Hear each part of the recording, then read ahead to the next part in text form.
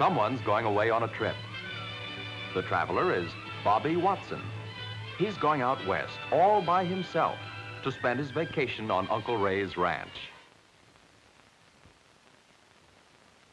And while Bobby gets all scrubbed and polished, cleaned and combed, down in the railroad yards, his crane is being showered, soaked, and steamed all at the same time. Before every trip, passenger cars are pulled through an automatic washing machine where they're scrubbed and polished until they shine.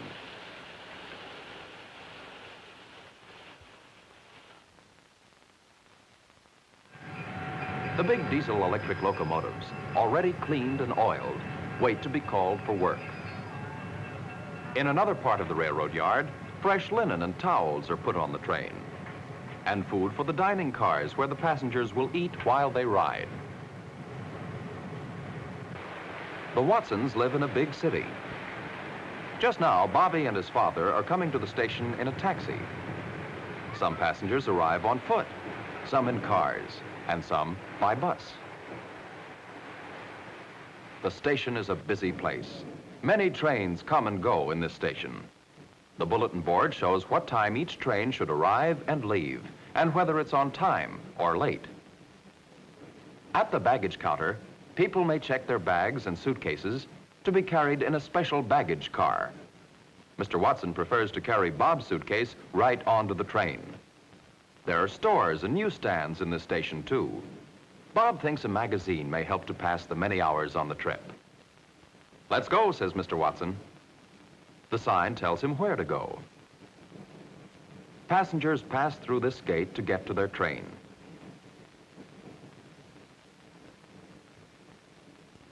Each passenger shows his ticket to the gateman, so that the gateman can be sure that each passenger gets on the right train. "Track number 1, says the gateman to Bobby. Here's Bob's train all put together, ready for the passengers. In the rear is the observation car. As he walks by, Bob wonders if he can ride in it. "Yes," says his father, "but first we must find your seat on the train." The engineer and his helper are climbing aboard the big engine. They're all set for the trip. Here's Bob's car. The porter takes his baggage. Mr. Watson asks the conductor to keep an eye on Bob because this is his first train trip alone. All aboard! "You're on your own now," he says. The engineer gets the go-ahead signal. He opens the throttle.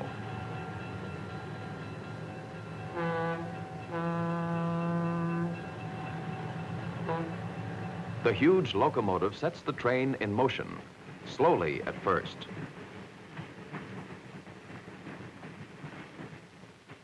The signal light is green. The road is clear. Through the railroad yards, the train travels slowly. Bob's riding in a small room of his own called a roomette. It has a comfortable seat in the daytime and can be turned into a bedroom at night. A wardrobe is built into the wall of the roomette and a wash basin. Bob sees a neighbor open the wash basin. The tracks gradually lead out of town and join the main line. The engineer watches every road sign carefully. The safety of the passengers is in his hands. Traveling in a roomette is comfortable. Tickets, please. Bob has 2 tickets, one for the train trip and another one for his place in the roomette. The Pullman conductor gets the roomette ticket. The train conductor returns half of the round-trip ticket to Bob to use when he travels back home again.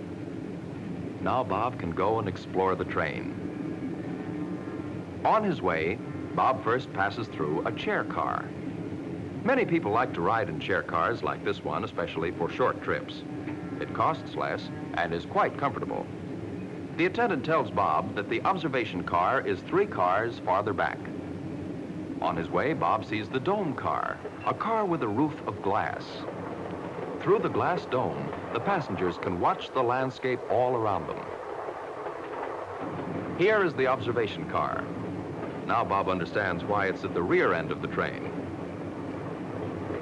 While the passengers relax and enjoy their trip, Many people work to keep them safe and comfortable. In the train kitchen, cooks prepare meals for the 200 passengers. Now the train's hurrying through farm country. At lunchtime, the waiter rings chimes to tell the passengers to come to the dining car.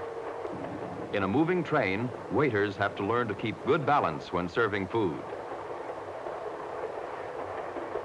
Many people leave their coach seats to go to the dining car. A dining car is like a traveling restaurant. Here, while they eat their meals, the passengers can enjoy the moving landscape. For passengers who don't want a big meal, this train has a lunch car. Bob has ordered a sandwich for lunch and a glass of milk. And while he eats his sandwich, the train is approaching a station.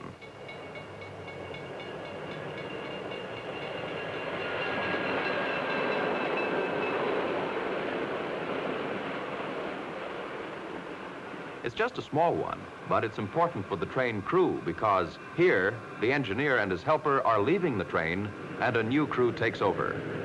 This way, the train has a rested engineer every few hours.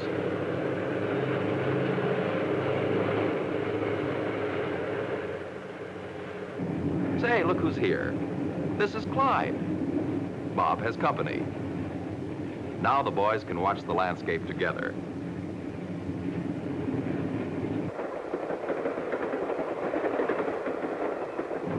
And they can talk about the things they've seen on the trip so far.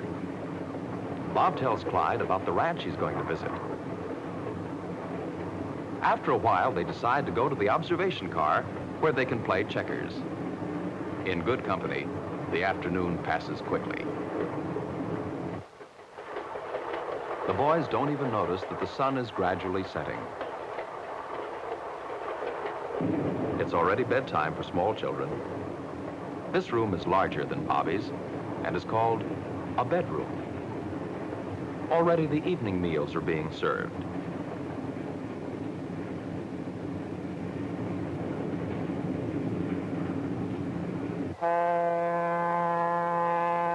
While the train speeds into the dusk, the porter prepares beds for his passengers.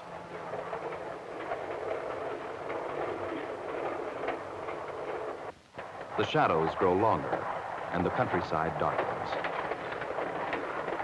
Guided by signposts and signals which tell the engineer the safe speed at which he may travel, the train speeds toward the sunset. One by one, the lights go out, and the passengers go to sleep. This is how a passenger goes to rest in a roomette prepared for the night.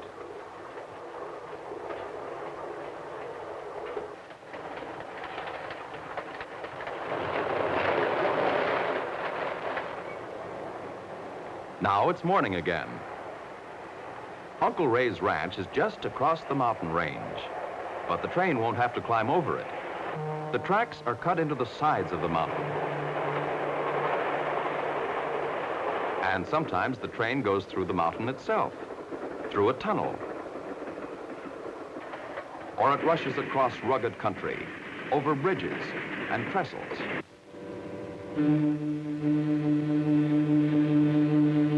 Are you ready? Asked the Pullman conductor.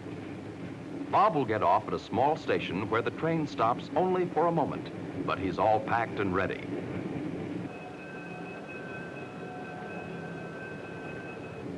Come on, Bobby, here we are.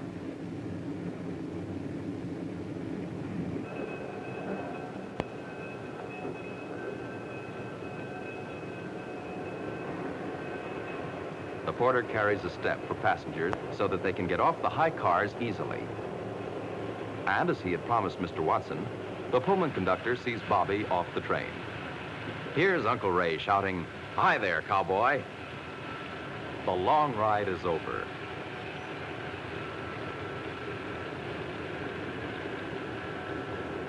Uncle Ray's Jeep is waiting.